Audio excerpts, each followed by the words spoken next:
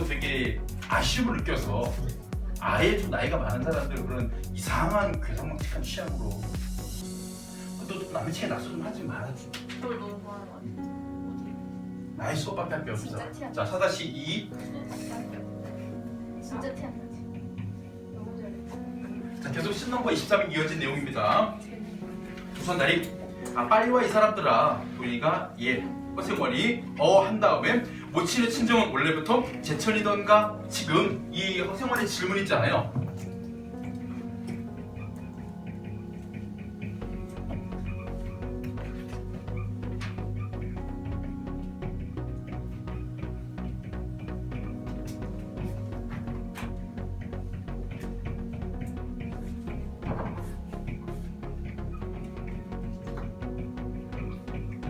자, 앞으로 허생원이 하는 모든 질문은 다 이 의도입니다. 동희의 모친이 성씨처녀일지 모른다 라는 그 생각 때문에 확인하는 과정이죠. 원래 친정은 제천이던가, 즉 어머니 고향이 제천이냐라고 물어봅니다. 그런데 동희가 뒤처진 허생원에게 보조를 맞추며 웬걸요, 시원스레 말은 안 해주나 봉평, 어마어마한 말이 나왔습니다. 봉평. 친정이 봉평이래요. 참고로 봉평은 성씨처녀의 고향도 봉평입니다.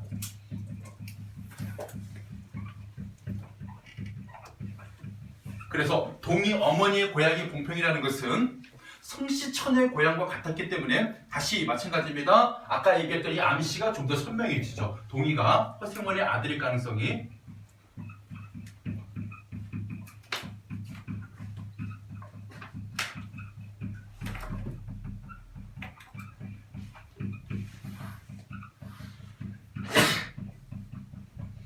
암시되는 두 번째 부분이고, 첫 번째 암시보다도 좀 더 구체적이고 강한 암시가 나타나죠.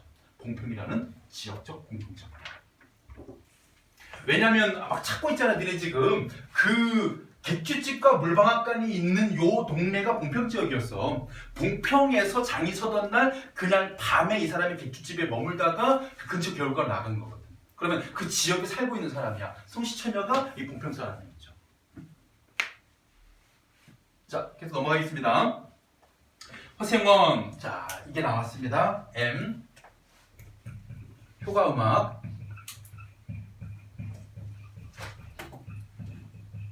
아까에서 허생원은 그래 아버지 돌아가셨나라는 이야기를 통해 가지고 슬픈 분위기가 암시되는 그런 효과음악이었다면요, 이번에는 인물의 심리 변화를 나타내는 효과음악이에요.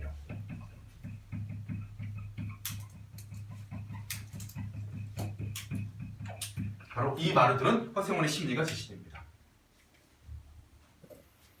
서정적인 음악이 흐르며 봉평, 그래 그 아비 성은 무엇이고 알 수 있나요? 도무지 듣지는 못했으니까.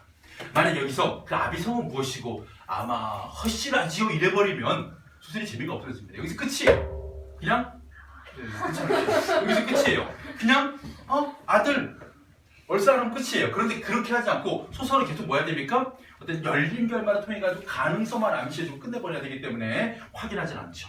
알 수 있나요? 도무지 듣지는 못했으니까. 허생원이 생각에 잠긴 표정으로 그렇겠지 하고 눈앞이 흐려집니다. 손으로 눈을 비비다가 순간 균형을 잃고 물속으로 고꾸라진다.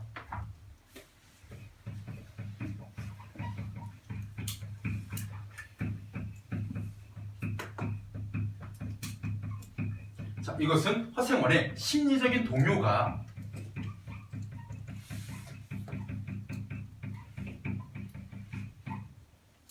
마음이 흔들리는 것이 무엇으로? 행동으로 나타나는 것이죠. 몸의 균형을 잃고 바로 헛디뎌가지고 물에 빠지게 됩니다. 물에 빠져 허우적거리며 어프. 동희가 생원 괜찮으세요? 부축하게 끌어올립니다. 이리 저를 잡고 좀 서보세요. 조선다리 이보기 허생원 괜찮은가? 어이 추워. 아이고 어유. 동희가 허생원에게 자유하고 등을 댄다. 동희가 허생원을 업은 채 몸을 일으키며 여참. 허생원이 허원참. 얼굴 흐는 물을 닦아낸다. 이렇게까지 해서 안 됐네. 내 오늘은 정신이 빠진 모양이야. 동희가 염려하실 것 없어요 하는 부분에서 중요한 건 이겁니다. 우리 원작 소설에서요,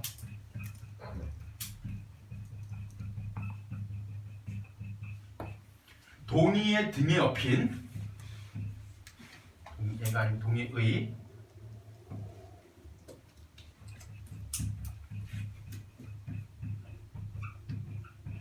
허생원의 심리를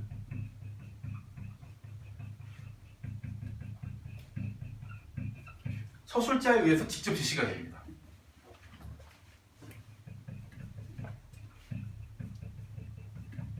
그런데 지금 이 각색 시나리오는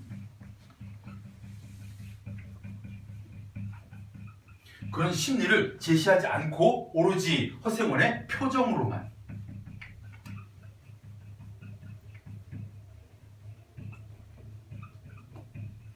제시한다라는 또 변화, 달라진 점이 나와요. 어찌 보면 좀 생략으로 봐도 돼요. 아예 그 내용 자체가 빠져있기 때문에. 그럼 이거는 우리가 그냥 달라진 점으로 보지 말고 그냥 아예 생략된 점으로 보겠습니다. 이 내용이 뭐 된 거야? 각색 시나리오에서는 생략됐다. 표정으로만 제시가 됐기 때문에 아예 심리 자체가 나와 있지 않죠. 이게 오른쪽에 보충 자료 두 번째일 겁니다. 생략된 원작에 대해요.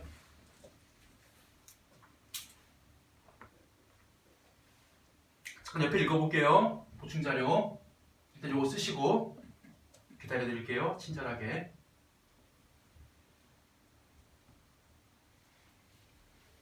자, 생략된 원작의 내용. 허생원이 동의의 등에 업혀 겨울을 건너는 장면에서 동의에게 따뜻한 정을 느끼는 허생원의 심리가 원작에서는 소설자에 의해서 직접 소설되어 있습니다. 근데 애니메이션에서는 허생원의 표정 묘사로만 표현이 되어 있어요. 이런 차이. 원작에서 이렇게 되어 있습니다. 동의의 탐탁한 등허리가 뼈에 사무쳐 따뜻하다. 물을 다 건넜을 때는 도리어 서글픈 생각에 좀 더 업혔으면 하였다. 이게 바로 뭐예요? 혈액의 정을 느끼는 부분이에요. 그 부분이 어디에서는 이 각색 시나리오에서는 허생원의 표정으로만 지시가 되어 있죠. 실제로 아예 지시문도 없어요. 그냥 화면상 허생원의 그 얼굴 한 번만 비춰줬겠죠. 이걸 통해 가지고 어떤 따뜻함을 느끼고 있는 모습이 제시가 될 뿐 원작 소리 내용이 상당 부분 생략이 되어 있습니다. 자, 그리고 허생원의 질문 모치는 아비를 찾지 않는 눈치지.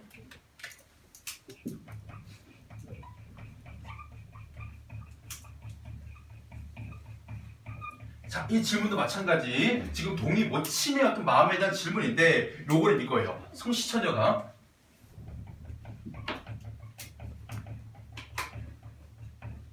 자신을 그리워하기를 바라는 마음.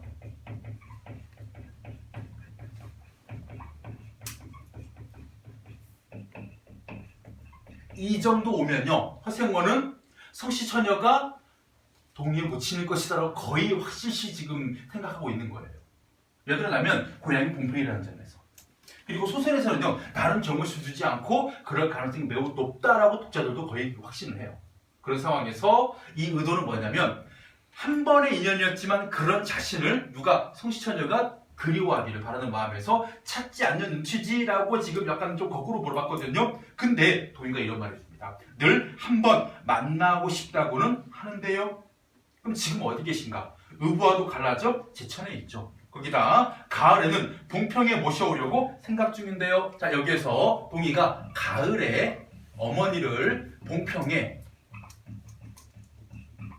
모셔오려고 한다라는 부분은 첫 번째입니다. 동의의 효심. 어머니를 모시고 와서 어머니의 고향에서 어머니를 모시고 살겠다. 그리고 두 번째입니다. 이 봉평에 오게 되면요, 허생원이 지금 장돌뱅이 하고 있는 장중에 봉평장이 있잖아요. 경유지가 되는 거예요. 그래서 허생원과 성시처녀와의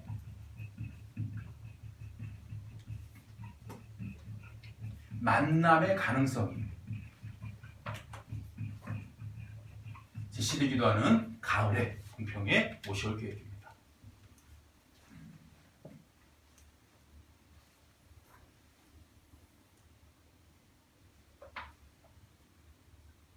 더군다나 이 만남의 가능성을 위한 것은요, 단순하게 어머니가 봉평에 오는 것만의 문제가 아니에요. 일단은 허생원 뭐하고 있는 겁니까? 평생 성시처녀에 대한 그리움,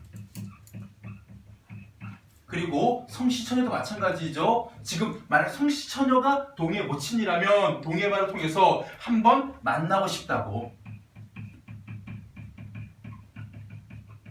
하는 말을 통해서 둘은 뭐 하고 있는 겁니까? 서로 만나기를 바라고 있는 것이죠. 그래서 만날 수 있는 가능성이 높아집니다. 만약에 아우 진절머리 난대요. 아우 진짜 잡히면 죽여버린대요. 이런 얘기를 했으면 만날 가능성이 없어지겠죠. 근데 어머니도 만나고 싶어하고 자기는 더더욱 지금 이 봉평을 지날 때마다 하는 얘기거든. 그만큼 그립다는 얘기예요.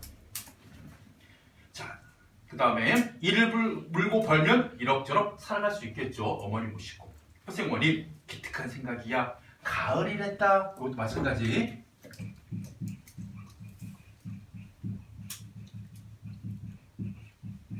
지금 여러분 초여름이거든요. 장마가 곧 지나고 나서 맹구꽃이 피는 초여름입니다. 그래서 몇 달만 있으면 가을이에요. 그러면 가을이 되면 어떻게 되는 거예요? 공평으로 어머니가 올 것이고 내가 그 어머니라는 분을 만날 수 있게 되겠구나라는 허생원의 기대감이 담겨 있는 부분이죠.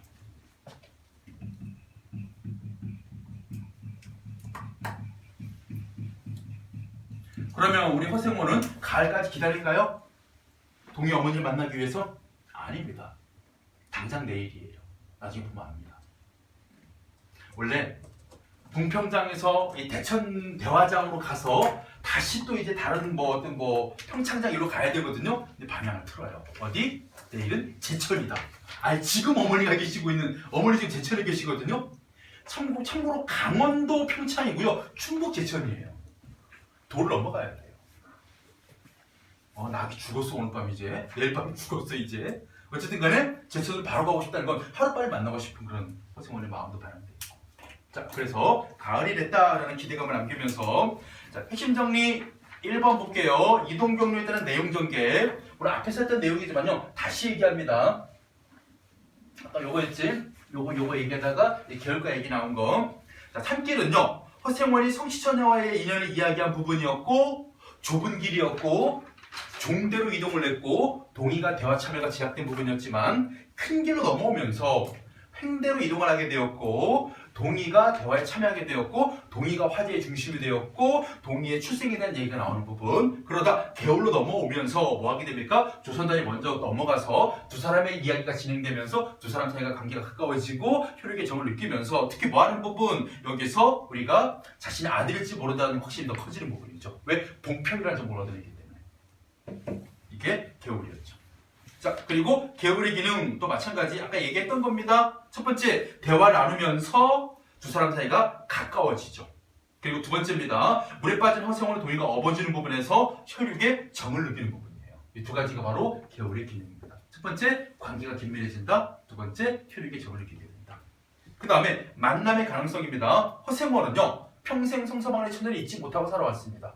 그리고 동의의 이야기를 통해서 이 성시처녀도 누구하고 이 동의의 생부와 만나고자 한다는 이 두 개의 마음이 결합돼가지고 만남의 가능성이 높아집니다.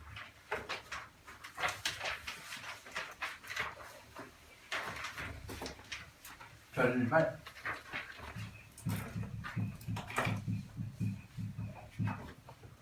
자, 3넘버 24A.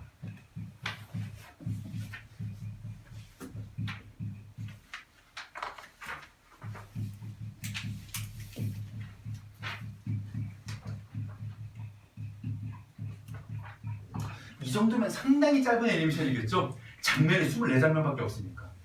그렇지? 이거 보통 영화 긴 거, 한 뭐 2시간짜리 영화 찍게 되면 뭐 신넘 뭐 장면 번호, 어떤 거는 되게 급박한 액션물 같은 경우에는요, 장면 번호 100번도 넘어가요. 근데 이 같은 경우에는 24번이 끝나는 짤막한 단편입니다. 아마 이거 EBS에서 방송하게 되면 한 10분 분량 정도밖에 안 될걸요? 그죠? 신넘버 24번. 이거 있는데 이게 볼 생각 없잖아, 그지? 애니메이션 파일. 방법은 하나 있어요. 그 PC 카카오톡으로 전송해 버리는 거예요. 첨부 파일로 해가지고. 아무도 지금 그 받고 싶어서 보고 싶은 기대감이 아무도 없는 얼굴들.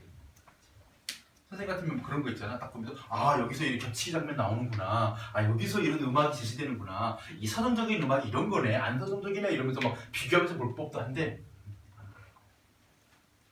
예전에 선생님 여기 서편지 실려 있었거든요. 영화 서편제 아시죠? 예전 교과서에 서편제가 실려 있었어. 그래서 애들한테 그 서편제라는 영화의 그 부분 장면을 뽑은 파일 가지고 보여줬거든? 전에 있는 그 학원에서 프로젝트로 딱 보여주고 있는데 애들이 뭐만 보냐면 우와 똑같아. 뭐가 똑같냐니까 교과 자습서에 있는 대사랑 영화에 나온 대사가 단 한마디 딕션 다르게 똑같이 말하는 애들이 깜짝 놀랐대요. 니네 내용 한번 그거 봤냐 했더니 진짜 어떻게 지금 웬만한 다른 데 보면 약간 달라지잖아요. 옛날에 뭐 드라마 대본 교과서 실리면 약간 그 드라마 내용하고 이 시나리오하고 대사가 추가되기도 하고 생략되기도 하는데 이건 완전 똑같아요. 토시아도 다 똑같아요. 심지어는 표정 지음도 똑같아요. 왜 이래요? 임권택이기 때문에 이거예요. 감독이. 참고로 서편제 감독이 임권택인데요. 우리나라의 거장 감독이에요. 이 사람이 영화를 찍을 때 특징이 있습니다. 무조건 주인공은 신인 배우예요. 한 번도 연기해보지 않은 사람. 서편제도요. 그 남녀 주인공이 다 첫 데뷔작이에요. 그리고 히트를 쳤던 장군아들이라는 영화 김도한 역할을 맡은 박상민도 오디션 통해가지고 1000대1인가 경쟁을 뚫고 딱 한 명 캐스팅한 신인 배우예요. 왜 신인 배우 쓰냐면요. 자기가 그 페르소나를 감독이 만들어. 넌 내가 이 사람하고 그 각본가하고 만든 대사대로만 얘기를 해야 돼. 그래야 내용이 오롯이 전달되니까.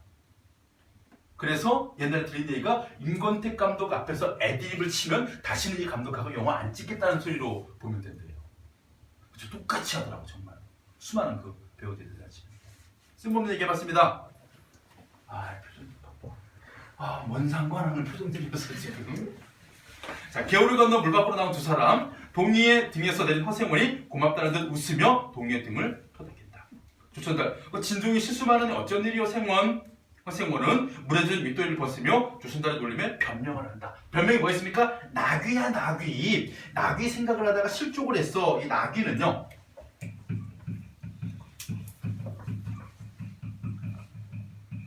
자, 자신이 지금 실족을 한 변명이었고 중요한 건 이겁니다. 이 작품에서 나귀는 이런 기능을 합니다. 첫 번째 허생원의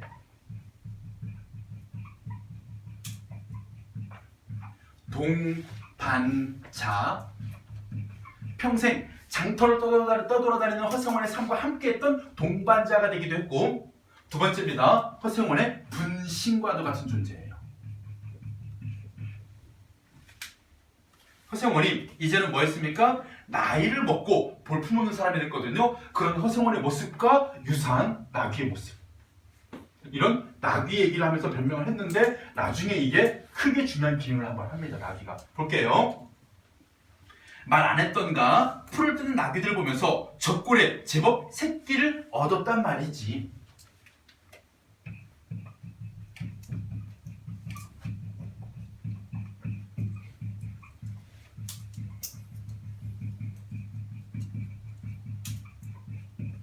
라는 허생원의 말은 나귀가 새끼를 얻은 거잖아요. 그러면 이때 나귀의 새끼는 발음 이상하다. 새끼 나귀는 뭐를 암시하냐면요. 허생원에게도 자식이 있음을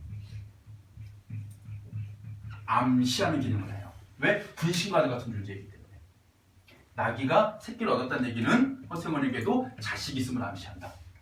그 자식이 누구? 동희.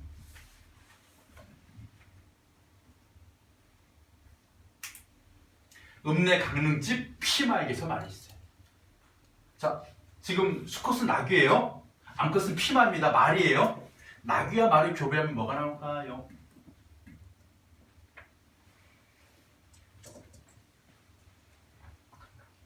호랑이와 사자를 교배하면 라이거가 나오잖아요.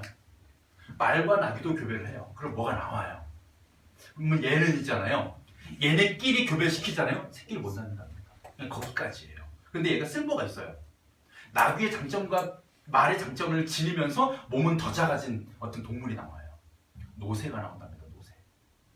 노새가 나귀하고 말의 교배 종이 돼요. 아니 여러분들이 그 1년 선배가 지금 3학년 올라가는 선배들이 요때 수업할 때 선생님이 야 이과 야 이거 말하고 나귀하고 교배가 되냐? 그러니까 노새가 나오는 거예요. 얘기해 주기도 하고 야 왼손잡이 말도 안 돼. 뭐 왼손잡이가 유전이고 뭐 혈육찾기 왼손잡이가 왜 나와? 유전 가능성이 일단은 선천적인 거 몇 퍼센트, 후천적인 거 몇 퍼센트가 있답니다. 학계에 검증된 내용이래요. 아 그렇구나. 이효석이 이과적인 문과가 있구나 이러면서 막 그런 얘기 한 적이 있었거든. 어쨌든 간에 그런 얘기를 했답니다. 작년에. 있지. 자, 그 다음 볼게요. 자, 풀을 뜯는 나귀들 제꼴에 제법 새끼를 얻었단 말이지.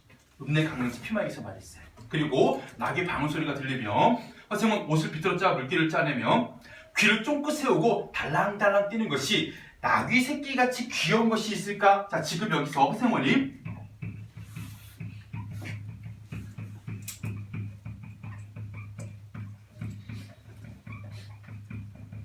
자, 나귀 새끼같이 귀여운 것이라는 이 인물의 허생원의 발언에다가 어떤 장면을 겹쳐 넣었냐면요. 동이의 모습을 겹쳐 넣었습니다. 바지를 털은 동이의 모습. 이게 지금 시각 정보입니다. 그러면 이 부분에서 이 애니메이션을 만든 혹은 작가의 암시 뭘까요? 바로 허승원이 느끼고 있는 이 나귀 새끼에게 느끼는 귀여움은 실제로는 누구에게서 느끼는 것이다? 자신의 혈육인 동이에게서 느껴지는 그런 감정일 것이다 라고 유추할 수 있는 부분이에요. 말은 나귀 새끼가 귀엽다라고 말하고 있지만 보여주는 장면은 동이의 장면이거든. 그러면 허승원은 자신의 아들인 동이와 이 자기의 동반자였던 나귀에게서 난 그 새끼를 동일시하는 과정 속에서 자신의 자식인지 모르는 동이에 대한 그런 애착의 감정, 사랑의 감정 이것을 표현하고 있는 것이다. 간접적으로. 결국 나귀 새끼에게 느끼는 귀여움은 자신의 아들일지 모르는 동이에게 느끼는 감정인 것이죠. 의도적으로 연결한 거예요.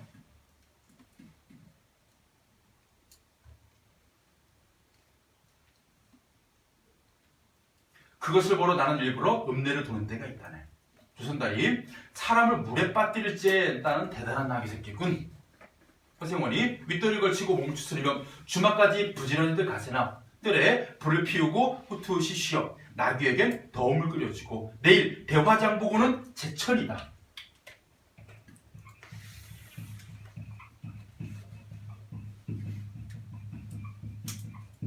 자, 일단은 예상 밖의 행선지예요.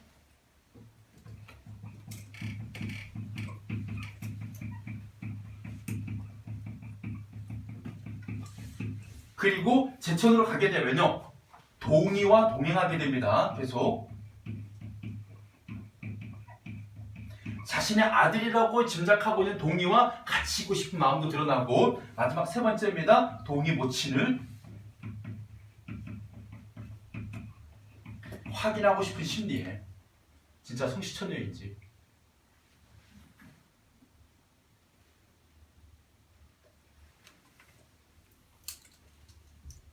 조선달이 이배문 곰방대를 빼고 연기를 부으며 아 생원도 제천으로 허생원이 오래간만에 가보고 싶어 동행하려나 동이가 낙귀의 고삐를 잡고 서 있는 동이를 유심히 바라보는 허생원 얼굴에서 네 저야 가는 길이니까요. 동이의 왼손에 채찍이 들려있는 것을 본 허생원의 놀란 표정.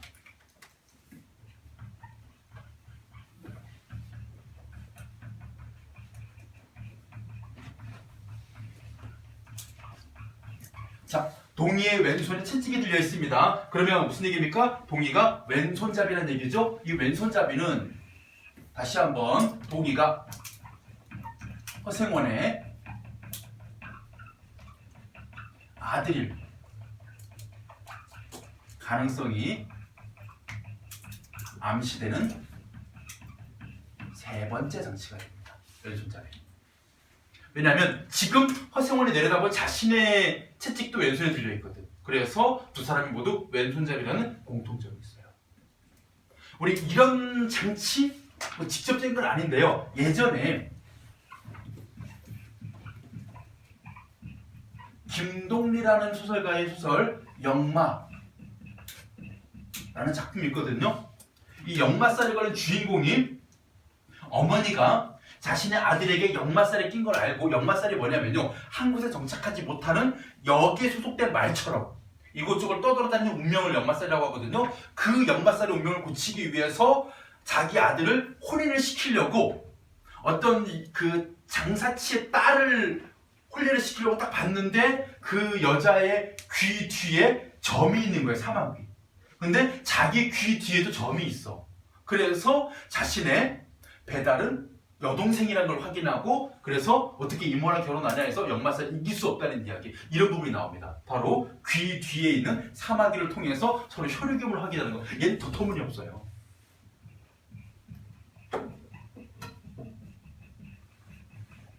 이게 혈육을 확인하는 방법. 심지어는 얘들이 김동인의 발가락이 닮았다 이런 것들 마찬가지. 진짜 자기 아들이 아들인지 확인하기 위해서 발가락을 막 밤에 자고 있는 아들의 발가락을 막 살펴보는 장면 나오거든.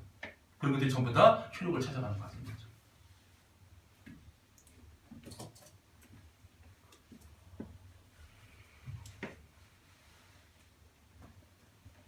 자, 그래서 왼손잡이가 나왔죠. 서동덕의 음악이 흐르며 돌아서는 동희의 얼굴에 성시천의 얼굴이 겹친다. 신동기 장면입니다. 돌아서는 동희의 얼굴에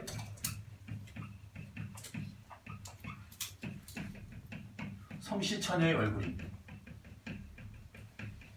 겹친다. 이게 겹치기 기법. 아까 성시천의 얼굴이 여기서 한번 나왔었습니다. 이 얼굴에다가 지금 동희 얼굴을 싹 겹치는 겁니다. 그리고 아주 닮은 얼굴로 똑같은 얼굴 헤어스타일만 바뀌는 거죠. 이걸 통해서 바로 이런 화면 겹치기라는 시각 정보를 통해서 뭘 보여주느냐? 인물의 내면 심리. 허정원의 심리가 제시되는 것이죠. 아, 얘는 내 아들이 확실하다. 즉 동희는 성시천여의 아들이다. 허정원의 심리는 무엇으로? 시각적으로 제시하는 것입니다.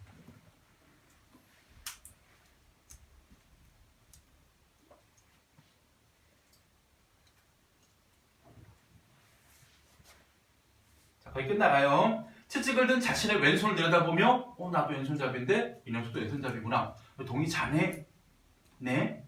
허성원이 쳐다보면 저만치 언덕을 올라가던 동희가 몸서지 이쪽을 돌아본다. 낙의 울음소리. 아, 아닐세.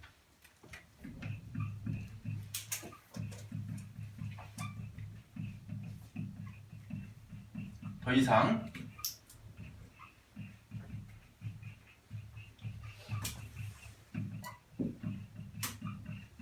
아들임을 확인하지 않아요. 자네 혹시 그 왼손잡이인 거 나도 왼손잡이인데 그리고 내가 예전에 이런 일이 있었는데 말이야 그때 그 여인과 자네 어머니 이야기 너무 비슷해. 너 내 아들일지 몰라 이리 올 이렇게 하는 게 아니라 여기서 끝내버립니다. 이건 뭐냐? 바로 이 작품이 열린 결말로 마무리 짓습니다. 더 이상 친자 확인하지 않아요. 이런 열린 결말을 통해서 어떻게 하는 겁니까? 부자 관계 확인을 하지 않아요. 열린 결말입니다. 아닐 수도 있고 또는 맞다고 치면 다음날 제천으로 가서 만나고 그리고 두 사람은 어떻게 된다? 아버지 아들임을 확인하게 되고 정착하게 되고 그래서 행복한 삶을 살 것이다 등등 이야기가 떠오르겠죠. 그런 열린 결말을 통해서 일단은 이겁니다. 독자에게 상상력을 자극하고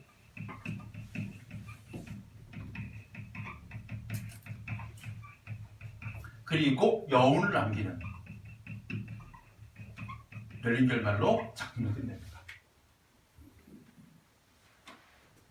나귀를 끌고 동이가 서 있는 언덕길 오르는 허생원 하얗게 흐드러진 메밀꽃이 바람에 흔들린다. 마지막 부분은 어떻게 합니까? 이 배경 묘사를 제시하는 것으로 끝나죠.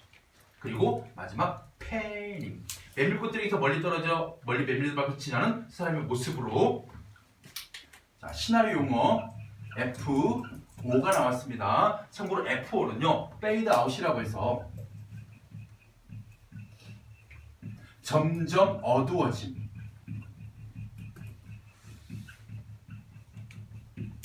이것은 어떤 내용 또는 장면의 끝을 알리는 그런 점점 어두워지는 시나리오 용어이고 반대 표현으로는요 이게 있었어요. 여러분들 페이드 인. 그래서 페이드 인은 점점 밝아짐입니다.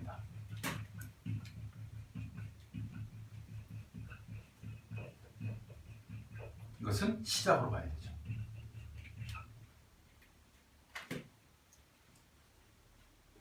이것을 만약에 희곡으로 바꾼다면 이 부분을 뭐라고 설명할 수 있을까요? 막이 내린다.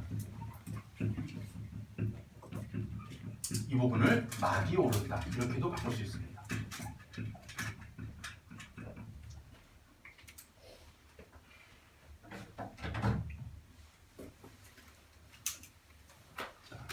뼈에 날개 하나 보고 그리고 힘돌이 보도록 하겠습니다. 참고로 보충 자료에 낙이의 상징성 잠깐 볼게요. 우리가 얘기했던 낙이 장돌뱅이 허생원과 함께 오랫동안 장터를 떠돈 줄거세요 동반자이자 동반자 낙이 보충 자료 첫 번째 거에서 낙이 동반자 허생원처럼 늙고 볼품없었다는 점에서 허생원의 분신 줄거세요 분신과도 같은 존재이다. 분신.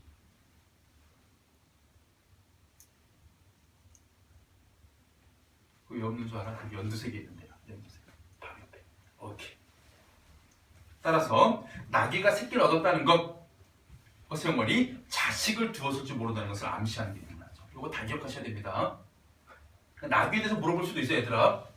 나귀가 이 작품에서 하는 기능 두 가지를 쓰고 나귀가 새끼를 얻었다는 것이 무엇을 암시하는가 서술하시 이렇게 될 수도 있는 거야. 이 조건이 짧은 거 하나 제시하고 길게 설명하는 거 제시하고 이런 스타일의 서술형 문제가 많이 나오거든. 자, 그리고 날개 문제예요. 왜 화면에서 허생원과 동의와 허생원의 채찍이 든 것을 연달아 보여줄까요? 모두 왼손잡이라는 점을 보여주죠. 그래서 부자지간의 가능성이 있음을 암시하기 위해서. 그래서 이 작품에는 끝부분에는 암시적 장치가 두 개입니다. 첫 번째, 나귀가 새끼를 얻었다. 허생원 역시 자식을 두었을 가능성 암시. 두 번째, 동의도 왼손잡이이다. 허생원처럼 부자 관계일 가능성 암시. 이렇게 두 가지 암시적 장치가 있죠. 암시만 해놓고 뭐 하는 거야? 확인 안 하고 끝내버리는 열린 결말이죠. 자, 그 다음에 두 번째입니다. 매체적 특성이 있다는 표현 방식이에요. 우리 시나리오에 있기 때문에 동의의 왼손에 채찍이 들려있는 것을 보고 허생원의 놀란 표정. 어떻게 하고 있습니까? 인물의 표정 줄거세요. 인물의 내면 심리를 서술자가 서술하는 게 아니라 인물의 표정을 통해 제시한다라는 이 시각 매체의 특성. 두 번째입니다. 서정적인 음악, 그 다음에 메밀꽃이 바람에 흔들리는 모습, 즉 효과 음악과 배경을 활용하여 작품의 서정성을 높이고 있죠. 이 작품에서 음악과 배경 묘사는 작품의 서정성을 높이는 기능을 합니다. 그리고 세 번째, 아까 얼굴 겹치기 기법. 동의 얼굴에 성시천의 얼굴이 겹치는 것은 인물이 생각하는 내용을 드러내죠. 바로 허생원의 생각. 동의가 성시천의 아들일지 모른다. 곧 내 아들일지 모른다는 것을 이 인물의 심리를 드러내기 위해서 겹치기 기법을 사용했죠. 자, 결말의 특징입니다. 허생원이 무언가 이야기하려다 그만두고요. 자신의 아들일지 모른다고 생각을 하고 있지만 전달하진 않습니다. 쉽게 말하면 부자 확인을 안 해요.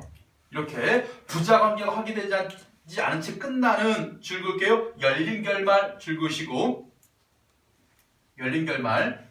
열린 결말의 효과 두 가지. 상상의 여지를 남긴다. 여운을 준다. 상상의 여지, 여운.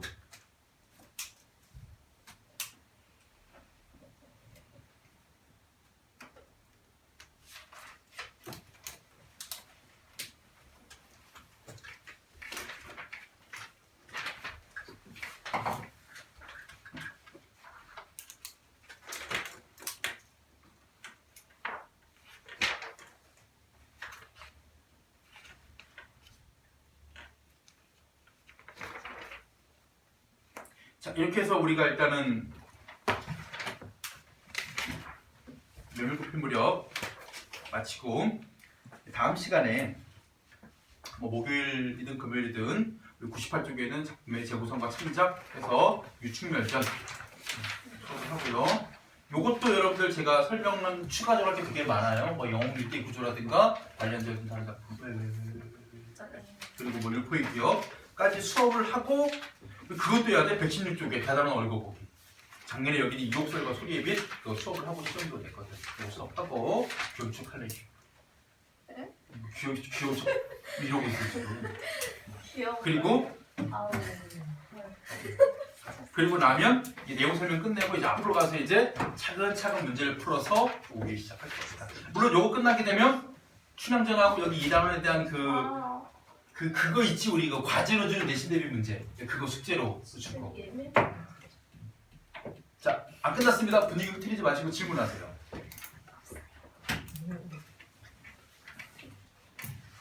질문해야 돼.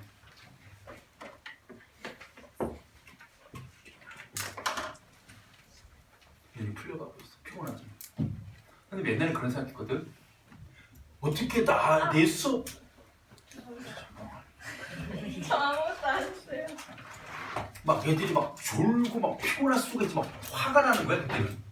그런데 얼마 전에 어떤 간접적으로 얘기를 듣게 됐어요. 이렇게 직접적인 얘기가 아니고 간접적으로 다른 상황의 얘기야. 뭐였냐면 수업 시간에 애가 되게 쌩쌩하다는 얘기는 푹 잔 거야 애가. 푹 쉰 거고. 피곤해한다는 건 뭐냐면 애가 열심히 공부했고 되게 오늘 하루 바쁘게 살아서 부지런히 살아서 지금 피곤한 거야. 그렇게 해석을 해야 돼. 그게 맞기도 하고 그래야 정신건강이 이루어라는 그 조언을 듣고 피곤해하면 이제 공부를 열심히 했구나. 그래서 오늘 마지막까지 이렇게 버텨줘서 참 고마워. 그치? 이렇게 생각해야 정신건강이 좀 좋대. 맞지 근태야? 응. 근태 오늘 왜 막 집중 못해 자꾸? 왜? 예쁘다. 아까 막 벌써 여기 꽂던데 여기 막. 왜막 갑자기 막 이상한 짓 하고 그래? 딴 생각 좀 왜 무슨 딴 생각? 한라산 갈 생각이 어? 한라산 갈 생각이 파란을 왜 가? 그냥 정진수요. 어? 정신이 그냥 체력 딸리지. 선생님 산에 안 가요. 왜 안 가는 줄 아세요? 내려올 건데 왜 올라가지? 이 생각을 해. 했을 건데 그 생각하고 살았었어. 내가 처음 한라산을 처음 간 게 몇 살 때인 줄 알아? 안 궁금하겠지만 34살 때 한라산 처음 갔어요. 34살. 10년 전에. 그때 한라산을 정상까지 가서 첫 등반이 정상 등반이었어. 야, 너 이거 뭐야? 강제로 간 거야. 근데 그거 3시간 10분만 올라갔어요. 강제로. 선발하고. 앞서가는 사람이 70대 노인이었는데 정말 그 2월 28일인가 3월 1일이라서 한라산 간 날이 촥촥촥촥 올라가는 거야.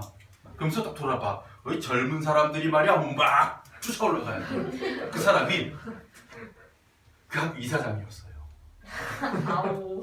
그 이사장님이 한라산 되게 좋아하는데 제주도를 한 4번 내려오거든 1년에.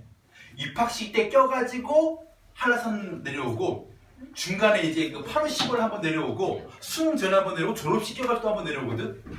올 때마다 그 학교 교장 경험한테 얘기해. 야 젊은 오지 않나? 교사들 모아 같이 한라산 가게. 방 강제로 가는 거야.